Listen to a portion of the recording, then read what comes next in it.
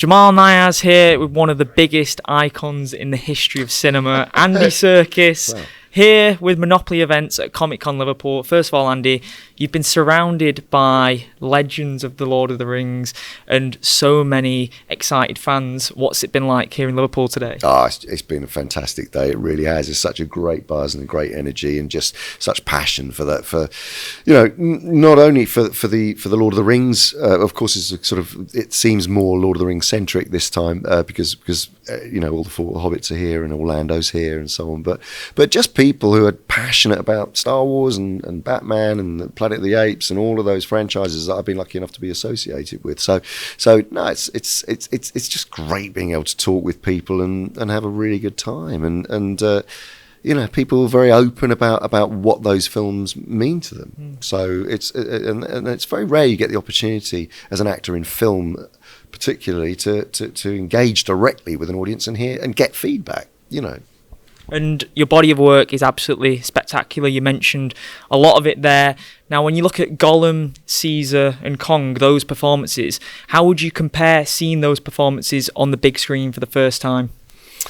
Well, I mean, I don't suppose I'll ever forget the first time of seeing The Two Towers, which was, I believe it was 2002, where we opened in New York at the Ziegfeld Theatre, and I remember the back and forth scene between Gollum and Smeagol, and I just remember this moment where I just felt the entire audience kind of leaning in and not quite believing what they were seeing because they hadn't really seen a CG character, I think, at that time that was infused with the level of emotion. And that was exactly what Peter and Weta and, you know, they'd been setting out to do and evolving the technology to do. So that was an amazing moment. And I've had, you know, various different, you know, throughout the evolution of the technology throughout the Apes movies and Kong and so forth. You know, there have been equally powerful moments, but that was a pretty special one.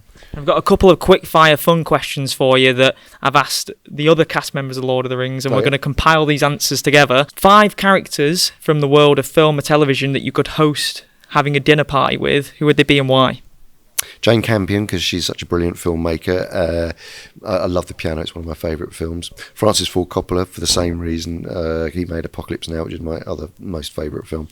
I guess I would like to sit around and talk to Robert De Niro, because for obvious reasons he's, you know, just being such an informative and brilliant transformative actor over you know, all of my adult life as an actor.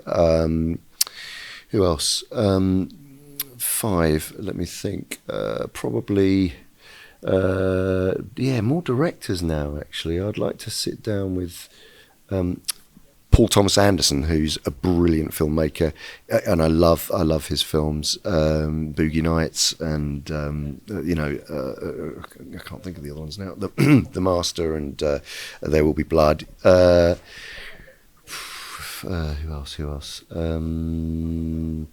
Actresses, I would definitely want to sit down with Emma Stone, because I really loved what she did in Poor Things, and I'd love to discuss her process in getting into that character.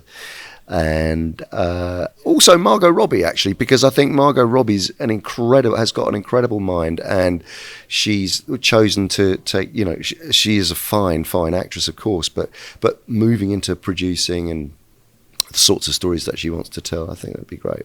Final one, scariest film you've ever seen. Now, you've been part of one of the scariest sequences I've ever seen in cinema, the opening of Return of the King, where you transform into Gollum. That was horrifying. What we say is the scariest film you've seen and the funniest film you've seen? I think the scariest film, or the film that had made me really have nightmares, was The Shining, actually. And it was. I remember the shot, and it was just this, and it was a fairly actually benign shot when you really think about it in context of the rest of the film. But just the shot. There's a shot of, and it holds on Jack Nicholson's face. And and literally you can see his mind going. It's shot by the window. He's looking out of the window, and his face slowly changes from a frown into this crazy smile over a long period of time. And I just remember my blood turning cold when he was doing that. Funniest film, so difficult. I actually really love This Is the End, which is Seth good Rogen's one. film. I could watch that back to back. You know, I do watch it back to back sometimes when I just, you know, don't need to think too hard. It's an easy watch. It's so fantastic. It just makes me howl every time. It's brilliant kind of improvised moments. Yeah. Really appreciate the time. It's been an absolute pleasure to have you here in Liverpool today. Thank you. Thank you so much. Cheers, mate. Thank you. Nice to meet you.